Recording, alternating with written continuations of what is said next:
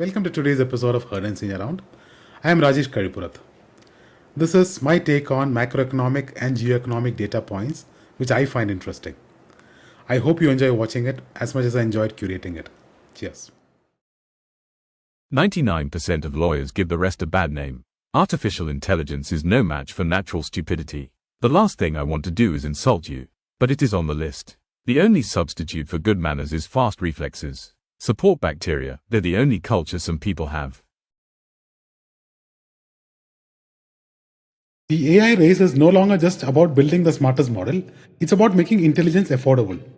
This chart shows that leading Chinese AI models cost a fraction of their US rivals, with models like DeepSeek, GLM, and Minimax priced dramatically below premium offerings such as Cloud Opus. Lower costs are accelerating adoption, making advanced AI accessible to more developers and businesses.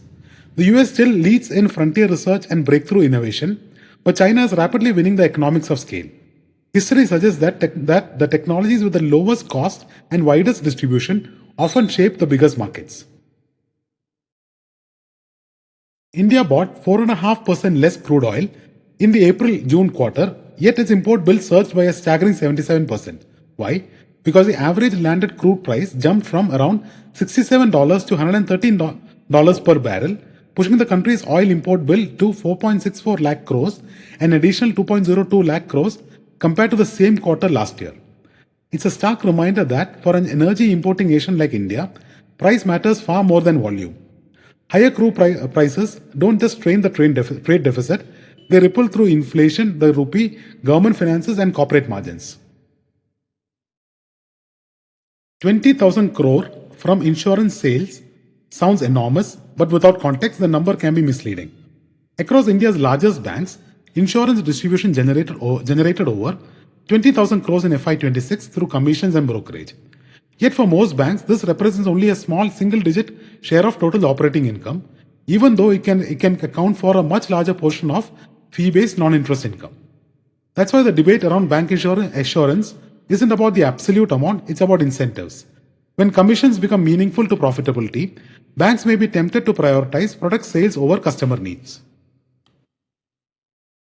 The monsoon is off to a worrying start again. As of July 19, India has received 253 millimeters of rainfall against a normal 333 millimeters, a 24% nationwide deficit. The shortfall is widespread, with Bihar down 44%, Punjab 41%, Kerala 34%, and Gujarat 33%. While a few regions like Orissa and Ladakh are seeing above normal rainfall, much of the country is waiting for stronger showers. For an economy where agriculture still supports millions of livelihoods, rainfall isn't just about the weather, it influences crop output, food inflation, rural incomes, and even monetary policy. India's cinemas are having a blockbuster year. In just the first 6 months of 2026, the domestic box office has already collected a record 6,398 crores, surpassing the previous high of 5,749 crores in 2025. As a clear sign, audiences are returning to theatres despite the rise of streaming platforms. The biggest surprise, success is coming from multiple languages and genres, proving that compelling stories and not just star power continue to fill seats. A healthy box office doesn't just benefit producers, it fuels the entire entertainment ecosystem, from theaters and distributors to music, advertising, and digital rights. India's real estate boom is creating clear winners. The 2026 Grow Huron India Real Estate 150 ranks DLF at the top with an estimated value of 1.47 lakh crores, followed by Lodha and IHCL, while Adani Realty climbs to 4th place after an impressive 73% jump.